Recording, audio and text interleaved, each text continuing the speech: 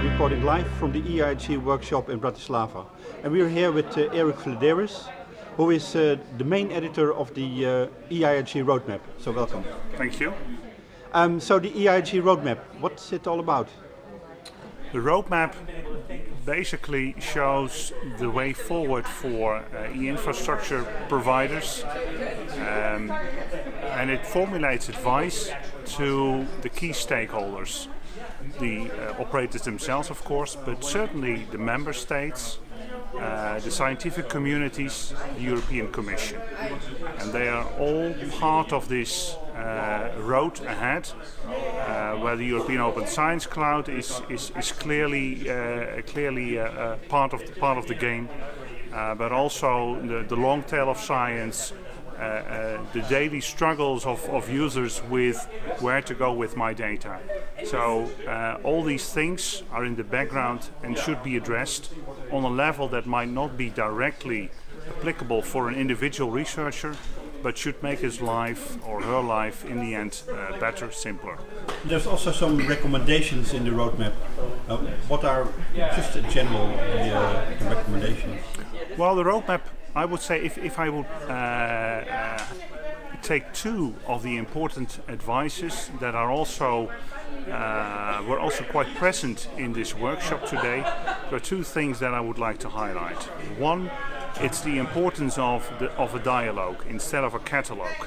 I like that phrase at some point in the workshop, and it shows that just having a list of services is not the way to be engaged or to engage users, scientists in using these services. So a dialogue is more emphatic. It talks. It deals with what do you bring on the table, not just money, but what are your solutions, what are your thoughts about future solutions. And what is important for a dialogue is that it has a strong flow towards actually realization and operations of around services. I think that is one clear message that was also formulated in the advice, but that came out quite strong, and we got lots and lots of examples and details of how that might work. That is one. The second advice that I would like to highlight is the role of member states, and in particular the national nodes. And the national node or hub or what have you may be quite involved. It's not just one player. It's a group of players. It's a national ecosystem that has to flourish, where you have incentives, where you have flows of funds, but also roles and responsibilities when it comes down to performing this dialogue and delivering these services. And it's not just about a wide international, European-wide, but it also comes down to national, local nodes that have to be strong in order to build this broad vision. So the roadmap is now being discussed. So there were some lively discussions here in Bratislava, and there were also online discussions, and there are people that could react. So what will happen next? Well, as you say, we have a consultation round. This consultation will be extended a little bit more, because we are really looking forward to the commands of the S3 working groups and of a number of other groups of operators and public service providers that we really would like to hear their words on.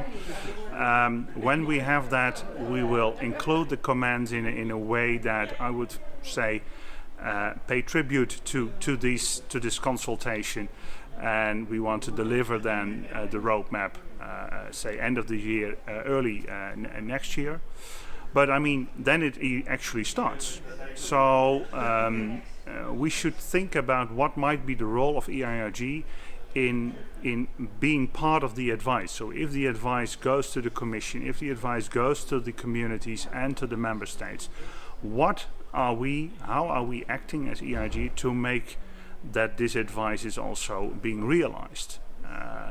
We should be part of the solution, and part of the advice is also involving our role. So having lunch with your national contact points, be close to the European Commission of how they develop the new working plans, the tail of Horizon 2020, but also the new framework. That is something we should definitely be involved in. And so after delivering this roadmap, the story continues and really starts. Okay, looking forward to talk to you again somewhere next year about the results. Absolutely. It was Atem reporting live from Brussels.